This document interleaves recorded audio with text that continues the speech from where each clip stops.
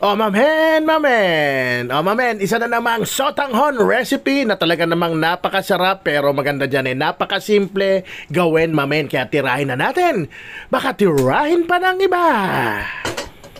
Mamen, pangako, napakasarap ulamin nito pero talagang side dish lang siya. Ayan, simulan na natin sa ating cooking oil na naman ang tawag ko dyan. Yan lang imumura yung mantika. Yan lang kaya ng budget natin, mamen. Ayan, simpleng-simple nga lang to. Talagang gisa-gisa lang at may masarap na ulam ka na. Pero ito talaga yung side dish ng niluto kong nilamas na inihaw na liempo, mamen. O, tandaan nyo, medyo pag-brown ninyo yung bawang nyo ha sa ganyang luto kasi masarap yan, mamen. Lalasa na yan dun sa sabaw na ilalagay natin mamaya. Parang sotanghon soup din to, mamen, pero hindi chicken ang ilalagay natin. Ayan, mega mackerel, mamen. O, ginawa ko dyan, nabubulol-bulol pa si mamen.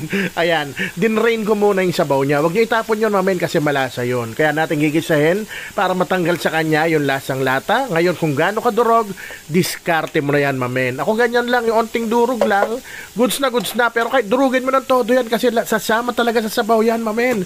At yan, tinimplan ko na nga muna ng onting asin, onti lang muna, wag yung damihan, mas madali magdagdag mamaya kaysa magbawas. At habang nagigisa ako dyan, mamen, gusto ko na rin magpasalamat sa mga bagong followers natin at sa mga patuloy na sumasubaybay. Shoutout nga rin pala kay Raylan Borrada at kay Raul Velasco na siguradong nanonood na naman ngayon. Shoutout po sa inyo at kung nandyan pa kayo, baka pwedeng pakilike and share ng video para naman matutunan ng iba na pwede rin pala ang sotanghon sa mackerel na delata, mamen, hindi puro miswa.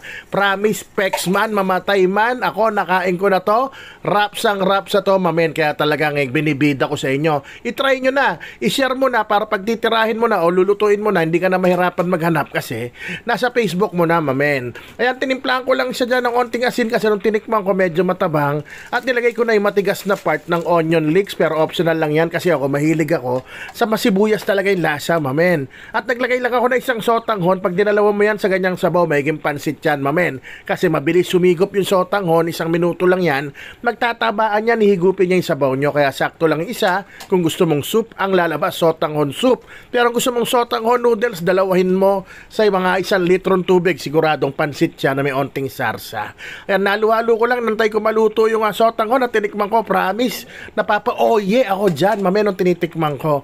At syempre, para healthy, lagyan natin yan ng patola, 2 piraso. At sinama ko na yung dahon ng onion leeks sa talagang putok na putok ang lasa pag sa huli mo ilalagay. Ayan, ready mo na yung kanin mo, mainit na kanin, bahaw na kanin. O, pag nakainom ka, masarap din yan pang himagas, mamen. Basta ako, ni-ready ko na yung kanin ko. Tsaka yung liempo na inihaw kasi side dish yan, mamen. O, paano? Rapsa! Mamen!